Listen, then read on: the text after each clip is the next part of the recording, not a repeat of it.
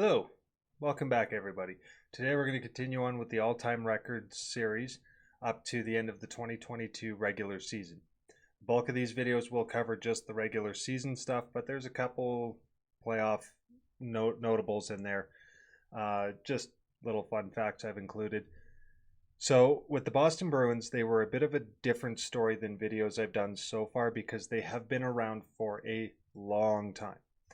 So to compile the information, I had to go through and find the teams that no longer exist and remove them because I didn't want to include for this video or this series any teams that aren't currently active in the NHL, which also made the Ottawa Senators really annoying because I couldn't pinpoint both records, so I really had to scour for them. For those who don't know, the Ottawa Senators did exist in a past life and is the current franchise, but they are not the same franchise. So they show up twice in the records. Really annoying because you're like, oh, there's the Ottawa Senators. Looking through, and you scan right past the other one. Then you have to figure out which one's correct. So, yeah, that was a little bit of fun, but luckily I think it's only the original 6 teams that are going to have Ottawa in there as a record. So that's kind of nice. So what we're going to do is we're going to move on to my wonderfully unpolished videos. So yeah, just so anybody knows, I don't cut, edit, nothing. I just throw on my OBS, record these, and go.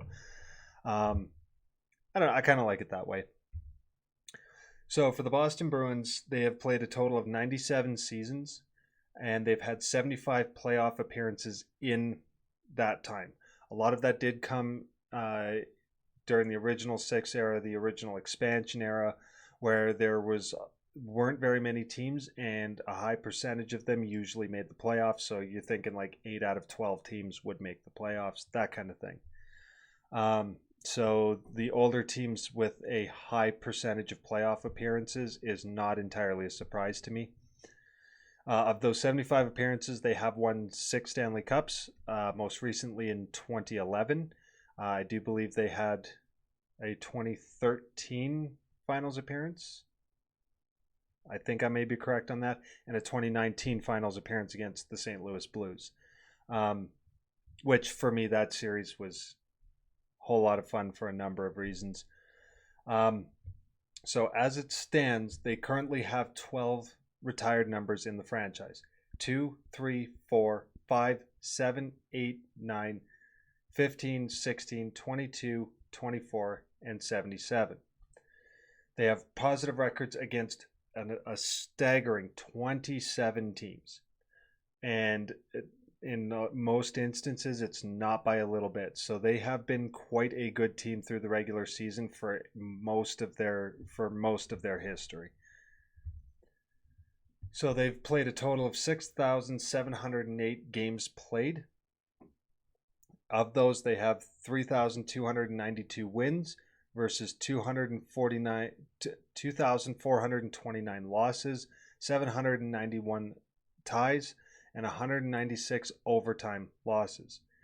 So just like before, I take the wins as they are, total losses. I combine every result that was not a win and I throw them together and I take the percentage and it comes out to about a 49% points percentage. So that's not too bad. That really seems to be where a lot of teams have sat in my research so far. The last video I did was on the Arizona Coyotes. They were quite a bit lower, but that didn't really come as a shock understanding the history of that franchise altogether. But for 97 seasons and they win about half of their points, or they receive half the points available, that's not bad. So here's this table is far and beyond the most insane one I've seen of my research so far. Again, just because they have been around for so long, but they have done well against the 2 most recent franchise expansions. The Seattle Kraken and the Golden Knights. Now, because they're in a completely different conference altogether, they only see them a couple times a year, so these numbers are likely to balance out over time. They are quite small sample sizes. What I did find interesting, though, is if you cut the line off at about the 15-16 mark, um, no, no, that's not what I was thinking on this one. Of their entire division, which is in the Atlantic currently, that goes back to the Arizona video because they had recently moved divisions this year. But the Tampa Bay Lightning, the Ottawa Senators, the Florida Panthers, the Buffalo Sabres, the Toronto Maple Leafs, the Detroit Red Wings, and the Montreal Canadiens. Of all of those, there's only two teams they do not have a winning record against. That is Detroit and Montreal. The interesting thing is they're just a hair behind Detroit and really not that far off from Montreal. So they stay competitive within their division quite a bit. Yeah. Okay, I do have the right Ottawa Senators franchise in there. Yeah, that was fun to go through. So that being said, what I did find interesting is that the Anaheim Ducks and the Minnesota Wild are teams that they don't just walk all over. But for most of these, you've got like outside of 1 and 2, like the Arizona Coyotes, that's a 71%. Dallas is a 68%, 67 for the Tampa Bay Lightning. So these are numbers that tell you typically they will give most teams a run for their money, and that's pretty cool. That also tells me like they're probably one of the better teams overall, and that's why I wanted to go by points percentage, because to take wins versus games played and get the percentage gives you a better scale on older teams versus newer teams. So because if Boston has 3,200 wins, well, there's a lot of franchises that haven't even played that many games, right? So that's kind of not fair. So that seemed like the best way to handle this. But they love out of town road trips quite clearly, or I shouldn't say out of town road trips, but they like playing teams outside of their division because that's how they can pile up a whole bunch of points to give them breathing room when it comes to a divisional race, especially towards the end of the year, which is a good thing to have for any team. There was one in here that stood out. I was kind of surprised that the Buffalo Sabres weren't further up this list than they were, just because they've always been in the same division as the Bruins, and over the last 10 years especially, the Buffalo Sabres have not really been the most competitive team in the world, which we will get to them. That should be tomorrow's video if I'm remembering correctly, and we can go over that. They, according to this, their favorite place to go is over to the Pacific Division. Like your top teams are 1, 2. I'll count Arizona because they're only just because they were in the Pacific up until this year, so most of that record would have been in the same division. But yeah, the Calgary Flames are the lowest, it looks like. Oh, sorry, the Anaheim Ducks are near the bottom. But after that, like Calgary's 16th, San Jose's 11th, Edmonton is 9th, Los Angeles is 8th. Like these are teams that they're doing really well. So they like going and doing a Pacific Division swing because they're gonna get points through that swing. And by the looks of it, they stand a chance to get about 60 to 70% of the points available through those swings. So yeah, I mean if your team will do well in outside of your division, and through an entire divisional swing where you might start in Edmonton and work your way down the coast, I would take that all day personally.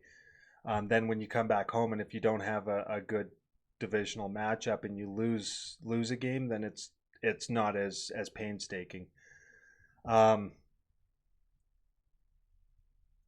I find most interesting is, sorry, I'm just doing a quick scan.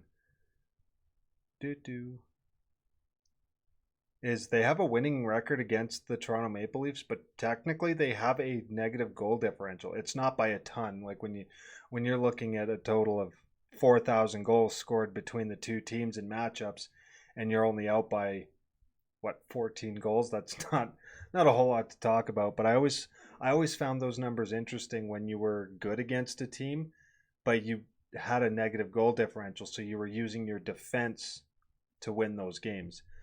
I'm just doing a quick scan to see if there's any other ones that stand out like that. Because no, they've got pretty good firepower. Maybe that's what I'll do for another set of series is go through the actual stats, not the wins, losses, ties, but like goals for, goals against, PDO, which I don't go really too far into advanced stats. Um, I typically like to keep it to. I'll look at plus minus. I do feel like plus minus has its place as a stat, and PDO, which is just you take your power play and your penalty kill, you add them together and see how you're doing. If you're doing over, I think it's 100 or 105, you're doing pretty good. So, and yeah, so maybe I'll take a look at those. But that's a brief overview of the Boston Bruins regular season history. Um, if you guys have any fun facts about what you know as a Bruins fan through these guys' regular season history, feel free to drop it in the comments below.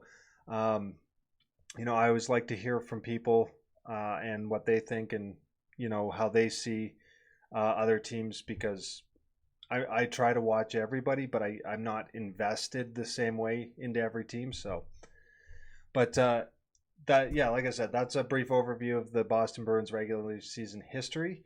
If you like the video, please drop a like. If you'd like to see more, please subscribe to the channel. I'm going to try and keep at least one video rolling daily for you guys. And, hopefully we'll get through this series. I might start another series as I get about the midway point, get more than one rolling. And let me know what you guys would like to see versus whether it's certain stats, certain players, things like that. And I'll see what I can do on that.